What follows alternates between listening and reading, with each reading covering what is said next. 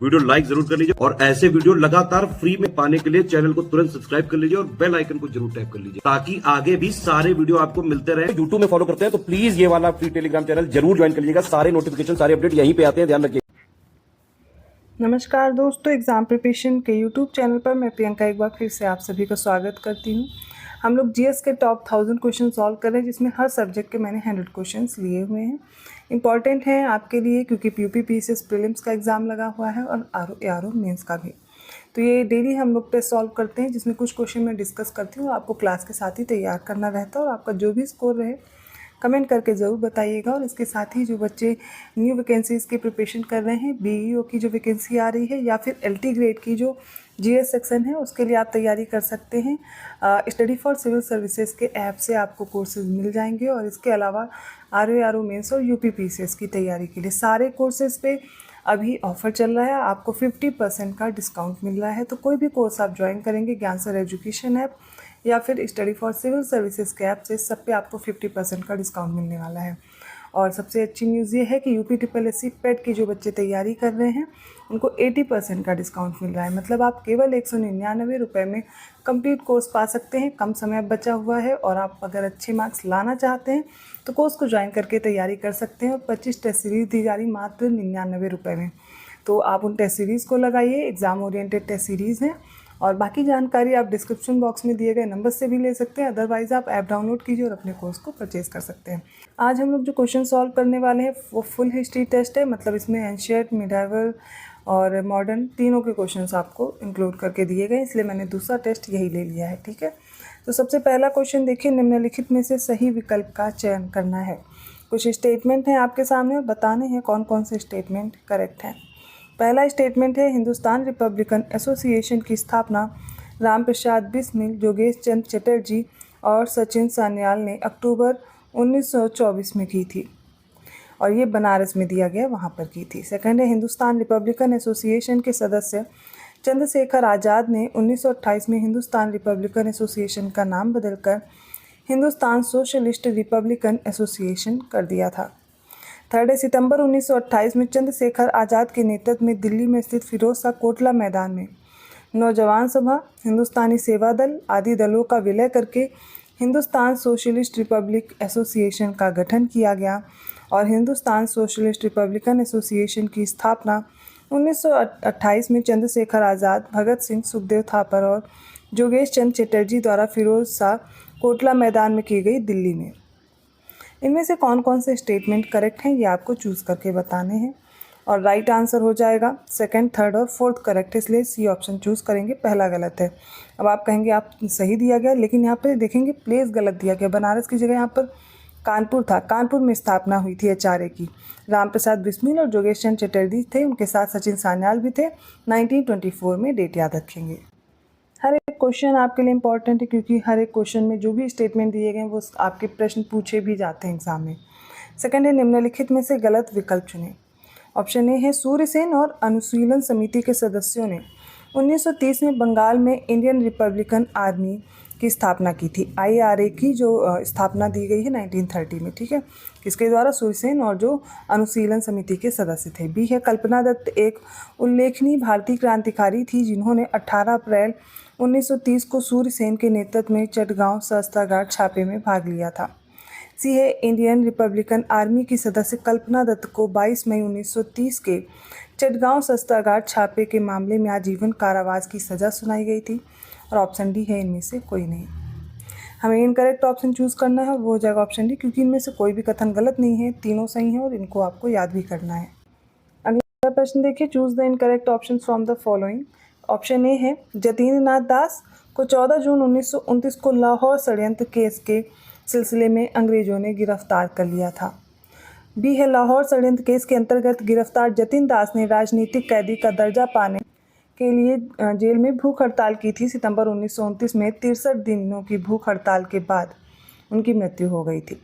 सी है, 27 फरवरी 1931 को एक मुखबिर की सूचना पर चंद्रशेखर आज़ाद को अल्फ्रेड पार्क प्रयागराज में अंग्रेजों ने घेर लिया था। और ऑप्शन डी, क्रांतिकारी स्वतंत्रता सेनानियों भगत सिंह, शिवराम राजगुरु और सुखदेव थापर को ब्रिटिश सरकार ने उनकी गतिविधियों के लिए 23 मार्च 1931 को गोरखपुर जेल में फांसी दे दी थी। इनमें से कौन से स्टेटमेंट है सही और कौन सा गलत है वो बताना। तो गलत ही ऑप्शन हमारा राइट ऑप्शन हो जाएगा और वो होगा ऑप्शन डी। बाकी सही है। लाहौर कॉन्स्पिरेसी केस में 14 जून 1929 को किसको गिरफ्तार किया गया? तो जतीन नाथ दास को गिरफ्तार किया गया था और जतीन दास को राजनीतिक कैदी का दर्जा भी मिला था। 63 दिन की उन्होंने भूख हड़ताल की, उसके बाद उनकी मृत्यु हो जाती है और चंद्रशेखर आज़ाद को 27 फरवरी 1931 को अल्फ्रेड पार्क में अंग्रेजों ने घेर लिया था।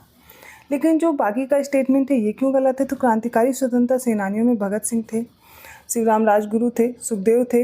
इनको ब्रिटिश सरकार ने उनकी गतिविधियों के लिए 23 मार्च 1931 को कहाँ फांसी दी थी? लाहौर जेल में दी थी, गोरखपुर में नहीं दी थी, इसलिए ये गलत हो जाएगा। बाकी सारे स्टेटमेंट करेक्ट हैं।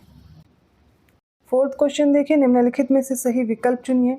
पहला स्टेटमेंट है नौजवान भारत सभा की स्थापना भगत सिंह और उनके क्रांतिकारी साथियों ने मार्च 1926 में की थी। सेकेंड है लाला लाजपत राय को शेरे पंजाब या पंजाब केसरी के नाम से जाना जाता है। इन्होंने वर्ष 1927 में आए साइमन कमीशन का विरोध किया था। थर्ड है बंगाल में चटगांव क्रांतिकारी आंदोलन को चलाने का श्रेय मास्टर सूर्य सेन को है। उन्होंने रिवोल्ट ग्रुप की स्थापना की थी। इसमें से कौन से स्टेटमेंट करेक्ट है ये बताना है। राइट आंसर होगा ऑप्शन सी। तीनों स्टेटमेंट सही दिए गए हैं। फिफ्थ क्वेश्चन देखिए, इसमें सही विकल्प चुनना है। पहला है अभिनव भारत सोसाइटी के बारे में। इसकी स्थापना कहाँ पर हुई? नासिक में सबसे पहले मित्र मेला के नाम से हुई थी 1899 में। करेक्ट दिया गया है। और ये जो अभिनव भारत सोसाइटी है, मित्र मेला की स्थापना किसके द्वारा की गई थी? तो वीडी सावरकर, विनायक दामोदर सावरकर, उनके भाई थे गणेश दामोदर सावरकर, इन्होंने मिलकर के की थी। तीसरा स्टेटमेंट देखिए, अभिनव भारत सोसाइटी क्रांतिकारियों की एक गुप्त संस्था है जिसकी स्थापना 1904 में हुई थी और 1952 में अभिनव भारत सोसाइटी इसको भंग घोषित कर दिया गया था। इनमें से कौन कौन से स्टेटमेंट करेक्ट हैं? तो पहले दो मैंने सही बताए, बाकी के भी सही है। ऑप्शन डी करेक्ट हो जाएगा। ठीक है। सिक्स्थ क्वेश्चन देखिए, इसमें 4 स्टेटमेंट हैं, बताना है कौन से करेक्ट हैं। पहला है 1858 के भारत सरकार अधिनियम के अंतर्गत भारत के गवर्नर जनरल का पद बदलकर भारत के वायसराय कर दिया गया था।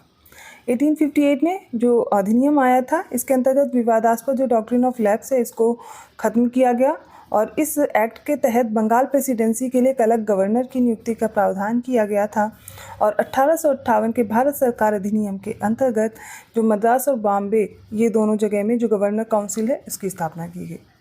इनमें से कौन कौन से स्टेटमेंट करेक्ट है? वो हो जाएगा पहला और दूसरा सही है, तीसरा और चौथा गलत दिया गया है।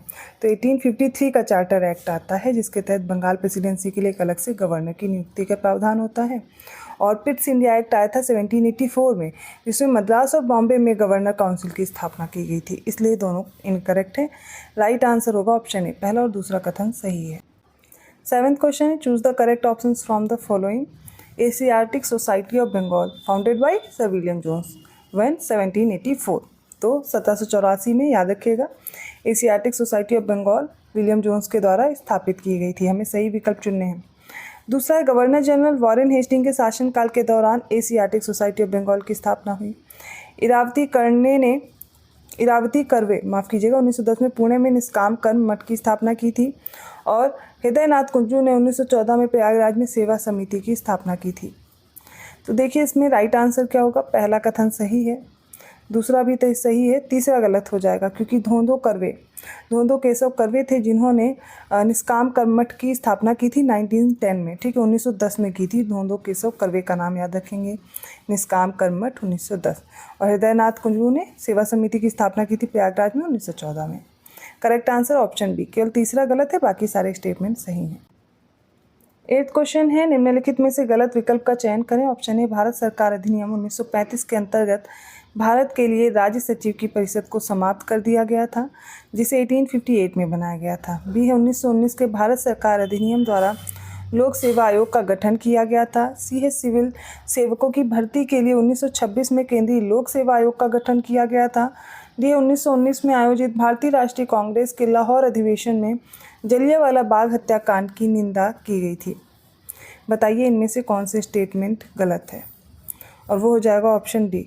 तो 1919 का जो भारतीय राष्ट्रीय कांग्रेस का लाहौर अधिवेशन हुआ था, ठीक है, इसमें क्या हुआ था ये देखिए यहाँ पर जो लाहौर अधिवेशन यही गलत हो जाएगा, क्योंकि 1919 का जो आईएनसी का सेशन हुआ था वो अमृतसर में हुआ था। इसको प्रिसाइड किसने किया था? तो मोतीलाल नेहरू ने प्रिसाइड किया था, जिसमें जलियांवाला बाग हत्याकांड की कड़ी निंदा की गई थी। बाकी तीनों स्टेटमेंट बिल्कुल सही हैं। 9वां क्वेश्चन है, निम्नलिखित में से सही विकल्प का चयन करें। ऑप्शन ए है एमजी रानाडे ने 1870 में ब्रिटिश सरकार और जनता के बीच सेतु का काम करने के लिए पूना सार्वजनिक सभा की स्थापना की थी। बी है विलियम बेंटिक को भारत का गवर्नर जनरल बनने से पहले 1803 में सूरत का गवर्नर नियुक्त किया गया था। और सी है लेडी सदाशिव अय्यर ने 1913 में विमेन इंडिया एसोसिएशन की स्थापना की थी। और डी है उपरोक्त सभी। इसमें राइट आंसर पहला ही है। 1817 में पूना सार्वजनिक सभा की स्थापना होती है एमजी रानाडे के द्वारा। और भारत का गवर्नर जनरल बनने से पहले 1803 में मद्रास के गवर्नर बने थे विलियम बेंटिक।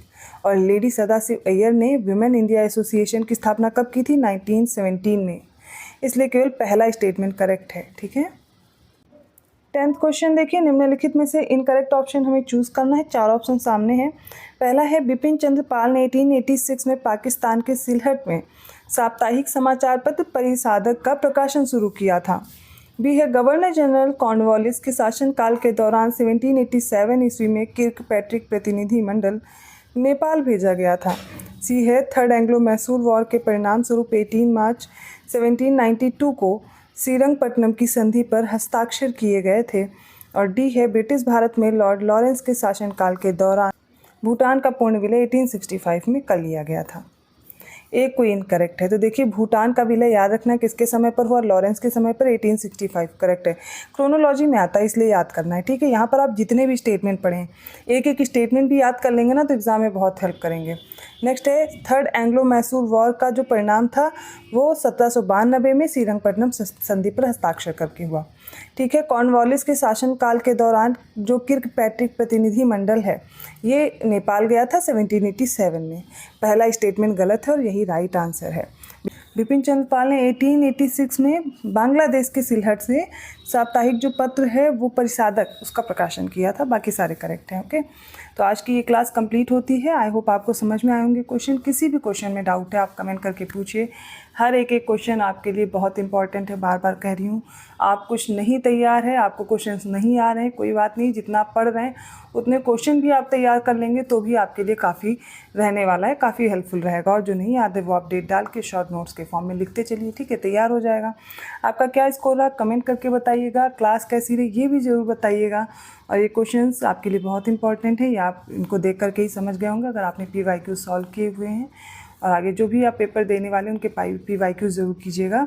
और कोशिश कीजिए कि जो अभी कोर्स ले सकते हैं 50% का डिस्काउंट मिल रहा है आप कोर्स परचेज़ कर लीजिए।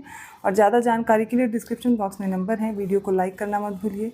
चैनल को अभी तक सब्सक्राइब नहीं किया है तो कर लीजिए। मिलते हैं अगली क्लास में। तब तक के लिए धन्यवाद।